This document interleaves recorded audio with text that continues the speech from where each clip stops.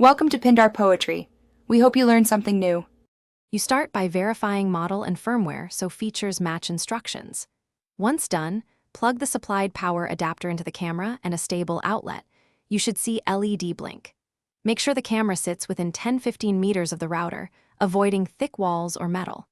If your unit supports Ethernet, plug LAN now for initial setup stability.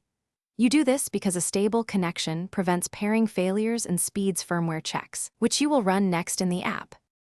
You open the Wansview app and sign in or create an account.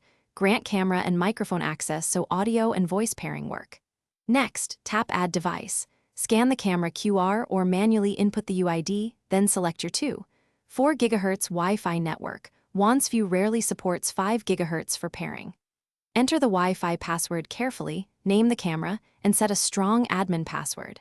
Make sure to accept a firmware update when offered, because updates fix bugs and improve security. You finish by testing live view. Pan, tilt if available, check night vision and two-way audio. Adjust angle and sensitivity in settings. Then choose recording mode, continuous, scheduled, or motion triggered, and enable cloud or insert an SD card, verifying file saves. If something fails, restart the camera and app, confirm the routers too. 4 GHz network is on and not hidden, and re-enter Wi-Fi credentials if LED shows red. Factory reset and repeat pairing. This quick reset resolves most connectivity issues. Thanks for watching. Consider subscribing if we helped you.